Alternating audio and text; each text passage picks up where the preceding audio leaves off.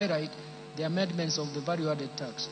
Mr. Speaker, currently the registration of VAT is a requirement for a person who makes taxable supplies of Kenya shillings 5 million or more. This threshold was last reviewed in 2007. In recognition to the effects of inflation over the years and to enhance efficiency in tax administration, I propose to increase the threshold to Kenya shillings 8 million. Mr. Speaker, the VAT Act allows taxpayers making both taxable and exempt supplies to claim input tax where the proportion of exempt supplies is less than 10%. This has led to tax planning and hence loss of government revenue. To address this, I have proposed the removal of the threshold so that only the input tax relating to taxable supplies are deductible. Mr. Speaker, in support of the government's effort to combat malaria, I propose to remove VAT on mosquito repellents and raw materials used in the manufacture of repellents. This will encourage local production of the repellents. Mr. Speaker, tax expenditure was estimated at 393.6 billion, or about 2.9% of GDP for the year 2022.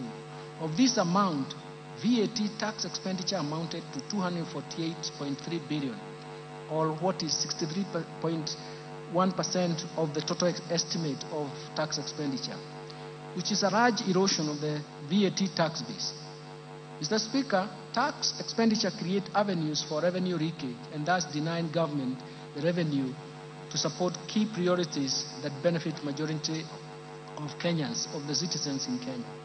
Recognizing the importance of tax expenditure in the promotion of investment and addressing welfare challenges in the economy, and in line with the medium-term revenue strategy, I propose to rationalize the VAT tax expenditure as provided for in the VAT Act in form of exemptions and zero rating based on the following criteria.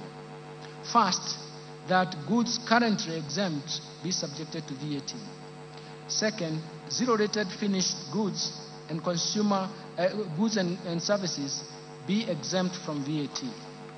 Third, zero rating be restricted to goods and taxable services meant for export. Based on the above, Mr. Speaker, criteria, Mr. Speaker, I have proposed several amendments to the first schedule of the VAT Act in order to move some goods and services from exempt to vatable status. In addition, I have also proposed amendments to the second schedule of the VAT Act so that we can move some of the goods and services from zero rating to either exempt status or vatable. This rationalization is expected to expand the VAT tax base and create fairness in taxation. Let me turn now to amendments